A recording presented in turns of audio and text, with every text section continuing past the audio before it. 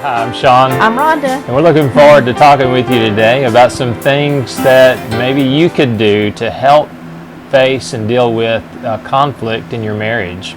So, if we want to get the log out of somebody else's eye, we've got to get the log out of our own first. Yeah. A lot of times we're getting a splinter, a small thing, out of someone else's eye when we've got something large in our own that's making it us unable to see clearly. You know, this is taking personal responsibility and saying, you know, I have something to contribute to what's going on in working through this conflict.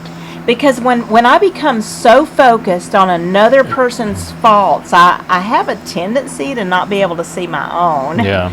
And so if that's happening and my spouse's problems or shortcomings are just booming in front of me and that's all I can see anymore, I'm probably ignoring my own contribution that's kind of supporting the behavior that I'm not excited about. You know, we need to realize we could have a distorted view of our spouse. Maybe we aren't really seeing things the way we should. We need to understand, obviously, if we've got something in our own vision about how we see them, that's going to change the way we come across to them. Because with some couples, one or both will see themselves as the innocent victim.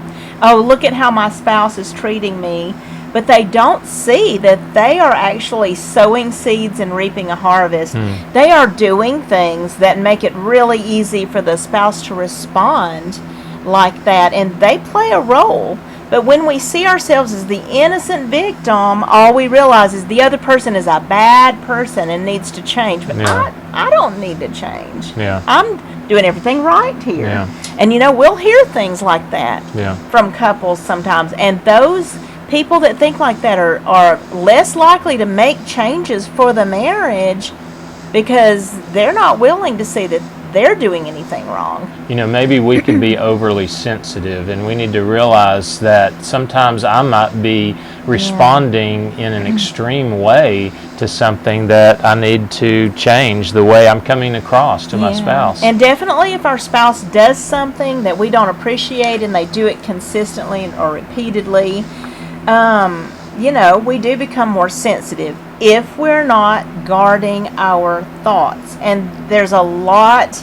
of impact on guarding our thoughts on the way we feel about our spouse. We should not allow certain types of thoughts because the enemy, guess what, is going to tempt us to think badly about our spouse. Do we think, oh, that's my own thought, this is true because I thought it is true, it looks true, it therefore must be true, when we don't realize what's going on inside our spouse.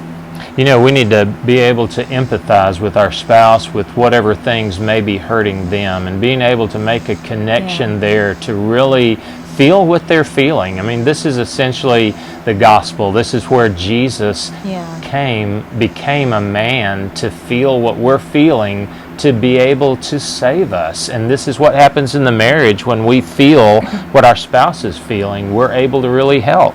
And you know, one thing that we say to couples is your spouse's negativity is probably a cry of pain, a cry of emotional pain, because just like you feel discomfort in this relationship, your spouse does too. And you may not realize what you do that's causing pain for your spouse. And usually when we get like that, we want to change the other person. We want to say, you know, what you're doing is hurting me. You're being negligent. You're doing things or not doing things, saying things or not saying things. And we don't realize we're doing the same thing to them. It's just different things because our spouse is the opposite sex, has a different history. But if we shift, and instead of looking at our spouse as why are you doing this to me, and we look at why am I doing this to my spouse, how can I change to be a blessing in this marriage, we can actually turn things. You know, we might be minimizing the problem and not taking full responsibility for our part in the problem. And I love this quote, even if I'm only 2% responsible for a conflict, I'm 100% responsible for my 2%. This is essentially saying no matter how much you feel that you're contributing to the problem, you're completely responsible for all that you are contributing. And so prayerfully considering, Lord, what am I doing here that's making this worse? What is feeding this negativity in the relationship? It tends to be a spiral. He does something, she does something in response, he does something in response, and they're both feeding the cycle. What can we do to break the cycle and start a more positive cycle? We can just be reacting to each other, going back and forth, and somebody has to take responsibility to stop it.